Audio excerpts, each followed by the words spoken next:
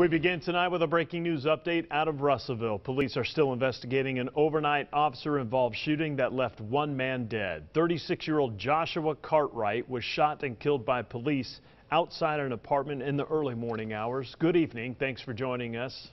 For Fox 16 News, I'm Kevin Kelly. Caitlin Reardon joins us live at the scene with more on the victim and what eventually forced officers to raise their guns. Caitlin? Yeah, Kevin, that happened in the apartment complex. You can see directly over my shoulder. People who live there say that the suspect didn't even live there. They say that situation last night escalated really quickly.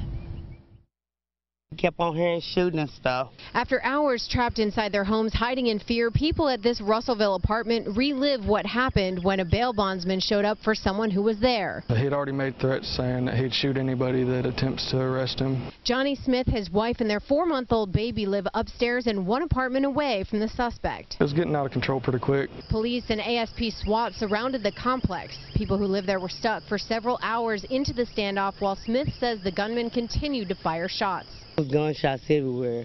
Yeah. There was gunshots. You seen police running folks through the woods. It's just kind of scary. I mean, you worry, you know, where's the next one going to go? ASP says the suspect came out of the apartment after 2 o'clock in the morning and shot at police. Troopers returned fire, killing him. I lost it.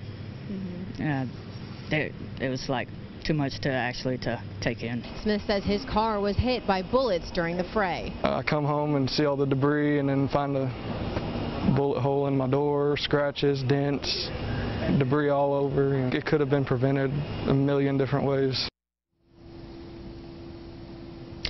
Now that investigation is being submitted to the Pope County prosecuting attorney to determine whether troopers' actions were in accordance with state laws.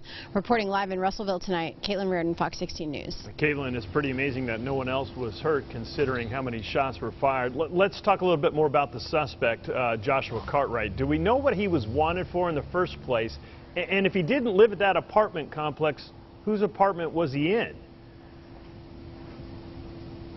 So, Kevin, all I was able to get the information on of what he was wanted for was that they were there to apprehend him for some felony warrants. It's unclear on what those warrants were for at this point. And we had a reporter out here early this morning, and she talked to a woman who lived in that apartment as well. That's how we were able to get those few shots that we did have inside. It's unclear what that relationship was, but I guess the suspect had been staying there for about a week. So we know he had been there more than just last night, but apparently he wasn't living there for long. I understand. All right, Caitlin, thanks for the update.